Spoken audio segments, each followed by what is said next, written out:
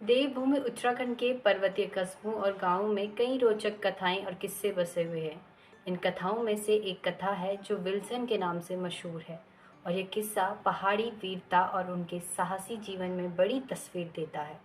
लेकिन एक सामान्य संवाद में विल्सन को ब्रिटिश सेना से विरोध करने के बाद उन्होंने भागीरथी घाटी के आंदोलनीय जंगलों में छिपकर रहने का निर्णय लिया। वैसे तो उत्तराखंड में सेब की विल्सन प्रजाति के बारे में तो सब ने सुना ही होगा, परंतु यह जानने योग्य है कि विल्सन सेब किसके नाम पर है तथा विल्सन कौन है।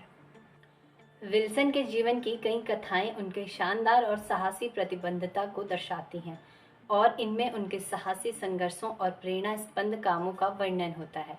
उन्होंने निशाने पर रहकर अपने सपनों को पूरा किया और घनाघोर देवदारों से आच्छादित जंगलों में एक अद्वितीय जीवन बिताया। विल्सन उत्तराखंड हिमालय में स्थानीय लोगों तथा पर्यटकों के बीच आज भी एक कहानी के रूप में जीवित है। इसमें पहाड़ी विल्सन और गुलाबी देवी का अक्सर जिक्र किया जाता है। पिछले कई शताब्दियों से इस किंवदंती की ताजगी तथा रोचकता समय के साथ थोड़ी भी फीकी नहीं हुई।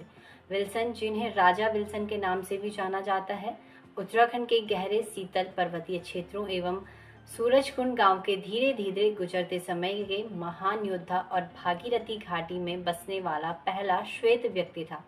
कहा जाता है कि 1857 के ब्रिटिश सैनिक विद्रोह के बाद विल्सन ने ब्रिटिश सेना को त्याग दिया और टेरी गढ़वाल के तत्कालीन राजा सुदर्शन शाह से शरण पाने के लिए मुलाकात की, लेकिन अंग्रेजों के प्रति अविश्वसनीय होने के कारण राजा ने विल्सन को आश्रय देने से इनकार कर दिया।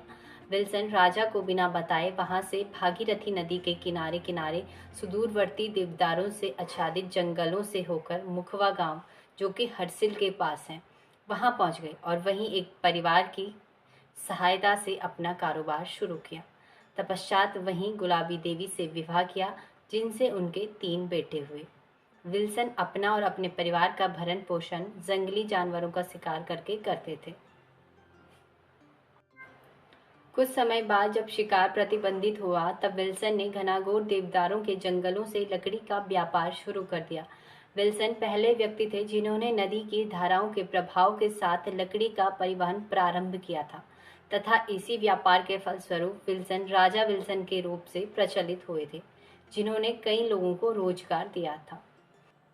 विल्सन द्वारा हरसिल की जलवायु व भौगोलिक स्थिति तथा उपजाऊ मिट्टी को देखते हुए सेब, आलू तथा राजमा उगाने की शुरुआत की गई। कहावत है कि न्यूटन का सेब के बाद विल्सन का सेब खूब प्रसिद्ध है। आज भी हरसिल में विल्सन की सेब की प्रजाति मौजूद है और हरसिल की राजमा तो पूरे देश भर में प्रसिद्ध है। वर्तमान में फ्रेडरिक ई. विल्सन के योगदान के कारण आज भी उत्तराखंड में औद्योगिक और व्यावसायिक क्षमता वाले फसलों का विकास और विस्तार अब एक नए दौर की ओर बढ़ रहा है। उनका योगदान हिमालय के सुंदर राज्य के लोगों के जीवन में बहुमूल्य बदलाव लाने में मदद कर रहा है और इस राज्य की अर्थव्यवस्था को मजबूती से बनाने में मदद कर रहा है। विल्सन द्वारा मसूरी में भी चाली विले नामक आलीशान होटल बनाया गया, जो वर्तमान में भारतीय प्रशासनिक सेवाओं के लिए प्रशिक्षण अकादमी है। कहते हैं विल्सन ने रास्तों में अपने विश्राम के लिए छोटे छोटे कई कॉटेज बनाए थे। विल्सन की कहानियों में उनके साहस और उनकी उद्यमिता को महत्वपूर्ण धाराओं के साथ पेश किया जाता है और इससे वह एक प्रेरणा स्रोत बनते हैं, खासकर उत्तराखंड के पर्वतीय क्षेत्रों में रहने वाले लोगों के लिए। विल्सन के कार्य ने उत्तराखंड के पर्वतीय क्षेत्रों की अर्थव्यवस्था में भी महत्वपूर्ण योगदान किया है।